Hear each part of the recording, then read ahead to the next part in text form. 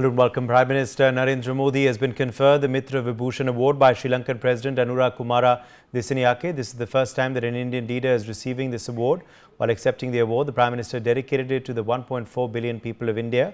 He stated it's a testament to the special friendship between India and Sri Lanka and the age-old links between the people of the two countries. It's undeniable that India has always lent a helping hand to Sri Lanka during crises. When the unprecedented economic turmoil struck Sri Lanka in 2022, India swiftly extended a lifeline to the country with assistance of over $4 billion. It also provided $500 million for the purchase of petroleum products from India, credited $1 billion facility for supply of food items, medicines and fuel. 26 tons of drugs and medical supplies in April-May 2022 were also provided to Sri Lanka by India. India has also funded several projects in Sri Lanka, like providing $61.5 million grant to develop the Kanke Santurai port, $600 million for development of 25 districts of Sri Lanka and various other projects.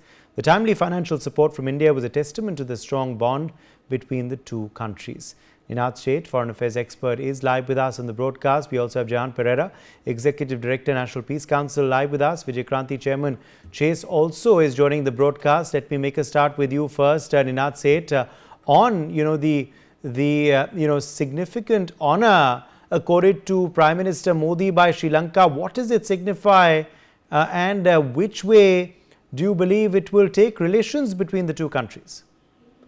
I think it is a very significant honor, given the fact that a leftist president has taken power in Sri Lanka after a systemic shift in its politics. This is an important visit. I personally think that while symbolically extremely important honor has been given, two things of substance will be very interesting to watch. First is that hundreds of our fishermen are in Sri Lankan jails, and Sri Lanka has two very tough laws where they even auction boats, and they I think there is very, very important human angle which has to be put front and center, that Indian fishermen or Indian citizens cannot be treated this way. Now when we move away from semantics, there is no question at all, and I am not advocating a free for all. There is no question that Sri Lankan fishing waters are richer than India, and I am not advocating a free for all, but I do believe that it is very important that this visit puts some kind of confidence building measures between two countries, where where a humane approach is followed, and a protocol should be worked out from here on.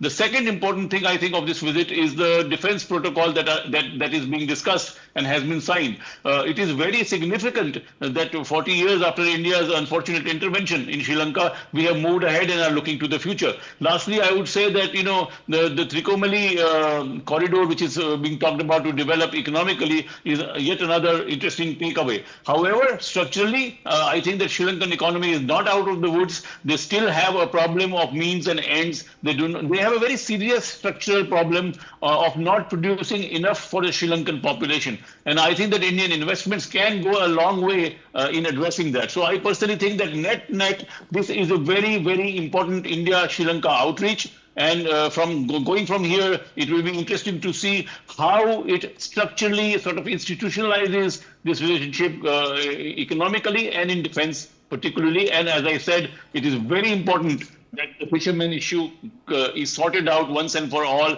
where you have some kind of a protocol where you don't put people of Indian citizens in jail indefinitely. There has to be some kind of outreach there. Yes. Okay. Let me, in fact, quickly bring in Jahan Pereira as well. Jahan Pereira, at the end of the day, do you believe Sri Lanka realizes now the importance of India's ties with Sri Lanka, and the fact that these ties are not with any strings attached, unlike other ties of other nations? Well, certainly what happened in 2022 economic crisis and the way India bailed us out has told us that India is the country that we will go to when we are in deep trouble. And India did meet our expectations, went beyond our expectations in the support it gave, and we are very grateful for that.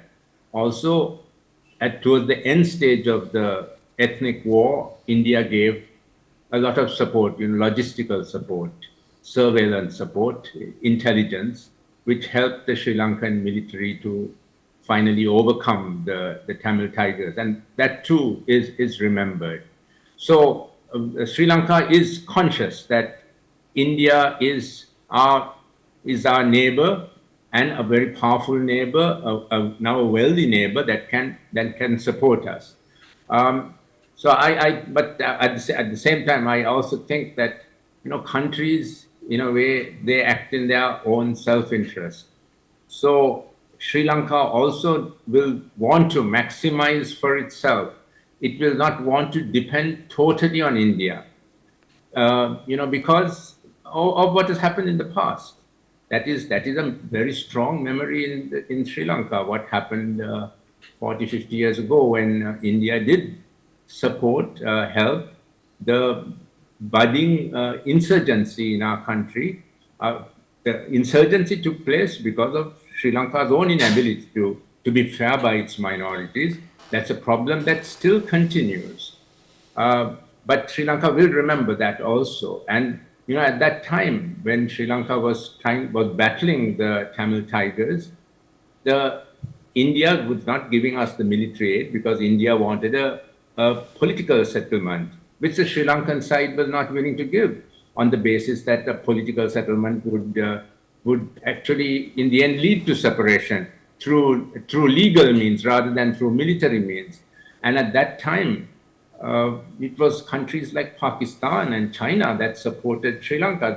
This will not be pleasant for Indians to hear, but so Sri Lanka has mixed feelings on issues of its own sovereignty, on its own history, because in the Sri Lankan history, see that India will never think of Sri Lanka as being a historical foe or threat. But in the Sri Lankan history, that's the way the history has been written, that in the past, the ancient past, that whenever the Sinhala Buddhist kingdoms were flourishing, there were invasions from the south of India, Tamil invasions, Hindu invasions that destroyed those kingdoms. Those memories are also there. And in a way, this present government, as was pointed out by our honorable member of parliament, he was very strong on saying how the present government leadership, the party, when they were in the opposition 30, 40 years ago, they were also very nationalist, and they brought these issues up of national sovereignty, of the threat that can come from India. Now they have changed, and we are very happy about the change. It is a necessary change. This government has changed, the leadership has changed totally. They were also Marxist, and before they came to power, before they won the election, there were all sorts of fears that if they come, they will make the economy go upside down and they'll take over the property of the rich people, that all those fears were there. But they have not done that. They have been very rational. They have followed the economic policies set by the former president, Wickremesinghe, working with the IMF. And they have also reached out to India. And they're also very grateful that Prime Minister Modi is the first international head of state or leader of government to come to our country. They are very grateful about that. And in fact, our president pointed that out in his speech. And he also said something else. He also said that Prime Minister Modi and and his party, they share something.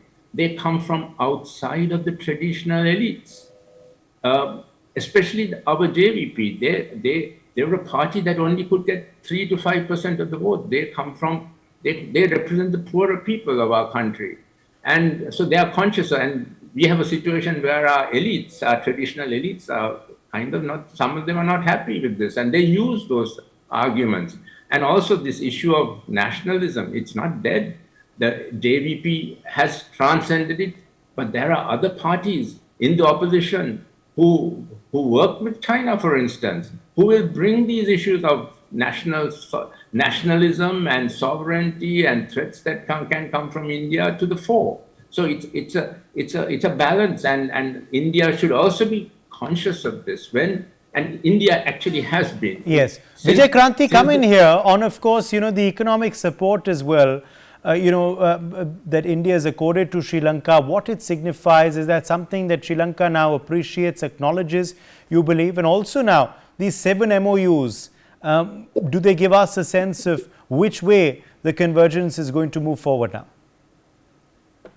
Well, the developments which we see today, what is happening in Sri Lanka today, in the presence of our Prime Minister Narendra Modi, I look at it as a very subtle diplomatic move on the part of Modi government. And as we have been watching in last many years, the way China has been encircling India by influencing the immediate neighbors, Pakistan, Bangladesh, Sri Lanka, Myanmar, Maldives, all these countries were very badly influenced, deeply influenced by China, and throughout the focus was creating problem for India, creating friction between India and these neighbors. So what I see today that the presence of Mr. Modi in Sri Lanka is in a way undoing a lot of what China has been doing, targeting India in Sri Lanka. Yesterday also, what happened with the short discussion with the Bangladesh Mohammed Yunus, that also is in a way quite a positive development in the sense that that itself gave an indication that the damage done by China is being undone and quite successfully. What we see in Sri Lanka today that one thing which is very remarkable is that Mr. Dissanayaka, everybody knew where he belongs, the political ideology he belongs to, a leftist one. When he was elected, there were fears that relations between India and Sri Lanka will gain further nosedive. But here I see that he appears to be a very practical diplomat, a practical statesman who is, rather than keeping his ideology on top priority, he appears to be taking the interests of Sri Lanka above it, which I think is something Sri Lanka needed very badly at this stage, especially when Sri Lanka has been going through very, very difficult times. And the 7 MoUs which have been signed during Mr. Modi's visit, they are in a way going to help Sri Lanka to handle the situation, which is very delicate on many fronts, especially the financial front and managing civil supplies, etc. So I look at it as a kind of a Right. diplomatic move, Mr. Modi, Okay. moving through a positive approach, a helpful approach to Sri Lanka. My thanks to all of our guests for joining us on the broadcast. It's time for a very short break.